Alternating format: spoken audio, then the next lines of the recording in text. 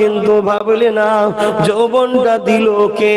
যদি আল্লাহ না দিত এই জিন্দগিটা কোনো দাম থাকতো না, কেউ আমাকে গুরুত্ব দিত না, আমার পরিবারও আমার সঙ্গে থাকতো না। এই যুবকেরা, তরুণেরা, বাবেরা, ওই যুবকটা 20 বছর পর একদিন বাজার থেকে বড় দামি অর্থ দিয়ে, আমার দেশের টাকায় কম করে 9 থেকে 10 লক্ষ টাকা দিয়ে একটা মেয়েকে খরিদ করে সে এমন করে নিজের কাছে নিয়ে এসেছে। যখন রাত্রিরে দুজনে এক জায়গায় যাবে, মহিলা ঘরে যখন প্রবেশ করেছে, ওই মহিলা ঘরে প্রবেশ করে দেখে ওই মহিলাটা কাঁদতে লেগেছে। ওই সময় যুবকটা বলতে লেগেছে, এ মেয়ে, আমি তো তোমার রাজিতেই তোমাকে অর্থ দিয়ে কিনে এনেছি, কেন তুমি কাঁদতে লেগেছো?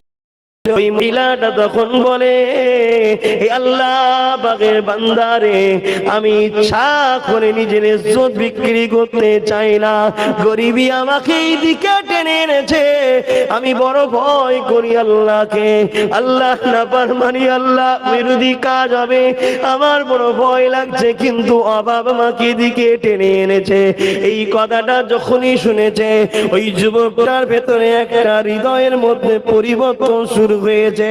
ওই সময় যুবকটা বলেছিল, যাও, আমি আজ থেকে তোমাকে বোন বললাম, যাও বোন, চলে যাও, যে মুদ্রা দিয়ে তোমাকে খরিদ করিতে হবে না, যাও সংসার করতে যাও, পরিবারের গায়ে চলে যাও, ঘরে ফিরে যাও, নিজে ভাবে খরচটা করো, তোমার সুবিধা অসুবিধায় খরচ করো।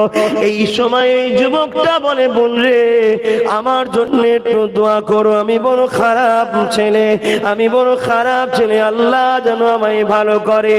তোমার এই চোখের পানি দেখে, আল্লাহর ভয় দেখে আমার মধ্যে অনুশোচনা হয়েছে রে বোন, আমি তোমাকে সামনে রেখে আল্লাহর কাছে তওবাটা করে নিলাম।